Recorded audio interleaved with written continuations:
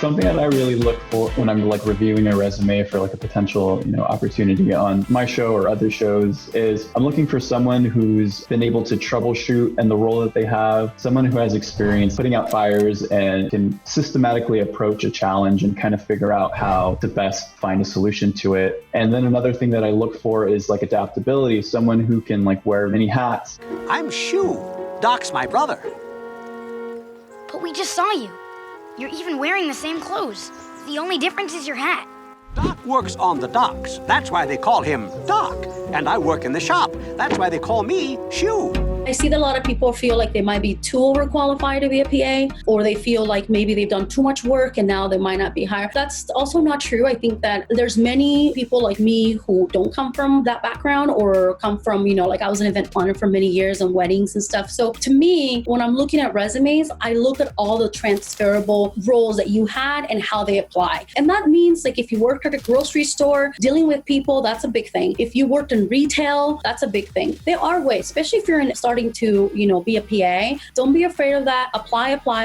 Don't be afraid, especially women out there. And this is something I relate. I'm sure men too, but women out there, you see a position and there's 10 things and you can only do 4 and then you don't apply because you're terrified, right? And you're like, I don't know if I can do this. Men will go and see 3 things they can do and they'll apply. So we have to use that rule as well. And that's something that I kind of like tell people is like, if you don't think you can do this job because there's 5, 7, 8 things, Google it. Go online and find out what these words mean. Find out what they do. You have a community around you, your friends who are artists, your friends who are in production, social media, like ask those questions. The other thing that I look at is a little bit of personality. If you're applying for an animation, a creative role, I do look for a little bit of personality because you're working in cartoons, you're making content for kids. That's what I look for personally right away. And then the last thing I look at is notes. How are you with notes? That's the best advice I can give you now. And this is for always. If you work in animation, you're either going to be taking notes, reading notes, giving notes, or trying to translate notes. Learn how to take notes because you're always, even when you become a director, producer, showrunner, you're going to be giving notes. I'm doing it!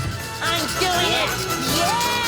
Yeah! Some of these and some of them all done. Now let's see how it looks so far. The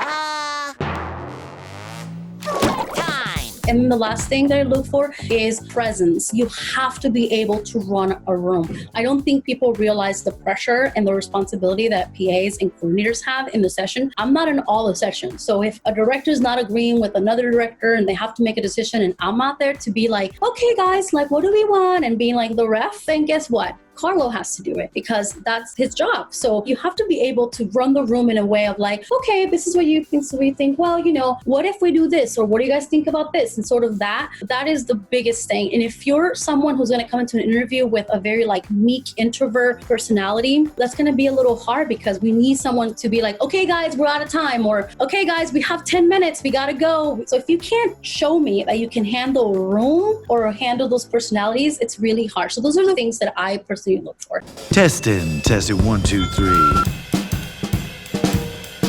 We're going to dive deep into the world of storyboarding. 2D animation pipeline, 4-act structure. This is everything when it comes to character design. This session is for you all. We want to be as helpful as possible.